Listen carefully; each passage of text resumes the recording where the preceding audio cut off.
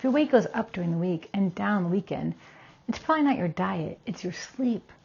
For the longest time, I thought I was crazy. I'd do everything right all week, eat on track, moving my body, staying consistent, and by Friday, the scale would be up. And then Saturday and Sunday, I'd sleep in, relax a little, maybe eat less perfectly. And Monday morning, down. I didn't understand what was happening until I realized it had nothing to do with the food. Today I'm going to show you exactly what sleep is doing to your body, not just for recovery, not just for energy, but for your hormones, your hunger signals, and your fat loss. And by the end of this, you're never going to look at a bad night's sleep the same way again.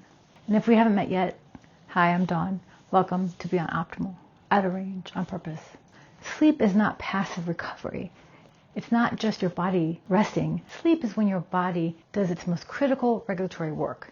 It's when hormones reset, when hunger signals recalibrate, when your stress response finally gets to exhale.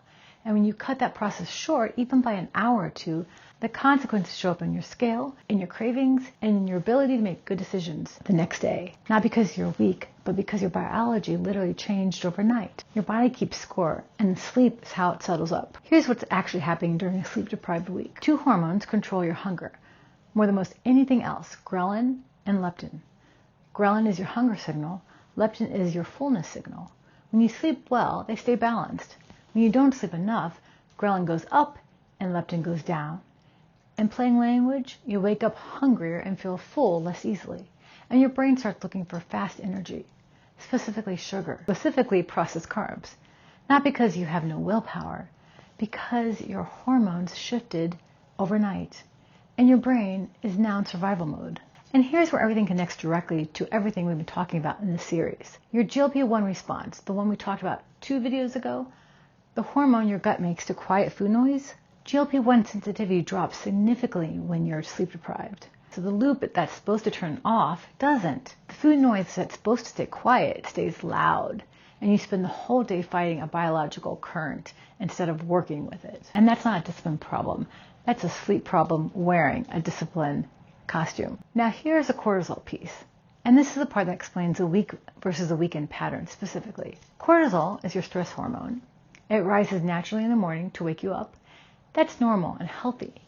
But when you're sleep deprived, cortisol stays elevated throughout the whole day. And elevated cortisol does something very specific. It tells your body to hold on to fat, especially around your midsection. Because your body thinks you're under threat, and it's conserving resources. During a typical work week, alarm goes off early, cortisol spikes, you're tired, you're stressed, rushing, and your body gets a signal to hold on, stay in protection mode, hold tight. And then on the weekends, you sleep in, and cortisol gets a chance to come down. Your nervous system finally exhales. Your body gets a signal that the threat has passed, and it releases. That's why the scale moves on Monday. Not because of what you ate Saturday, because of how you slept Saturday night. And this is where I want to bring in something that really reframes the whole conversation. There's someone whose framework I come back to constantly, one of my favorites, if anyone knows me, TJ, who talks about how your body's always communicating. It never works against you. Every symptom, every pattern, every seemingly frustrating response, your body has its information. The week over week weight fluctuation that used to drive me crazy, that's not my body failing me. That's my body telling me exactly what it needs. More sleep, more recovery, more signal restoration. When you start hearing your body that way, as a communicator, not an enemy, the whole game changes. So what does this mean practically?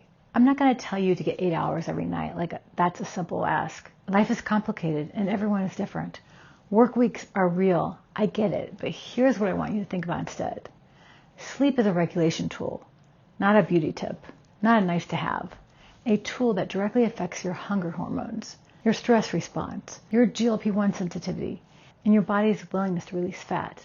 And this is where I stopped trying to just sleep more and I started supporting the system at night. And none of this is about being perfect. It's about making the signal easier to follow. So your one action item from this video is this. Look at your week and find one night where you could get to bed 30 minutes earlier. Not every night, but one night, and notice what happens to your hunger or cravings the next morning. Just one night, 30 minutes, that's it. Because the goal isn't perfection.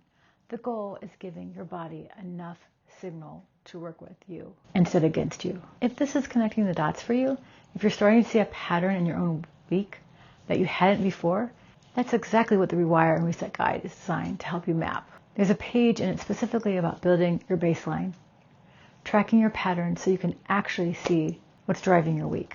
Not guessing, knowing. It's free, and the link is in the description. Do page 4 first.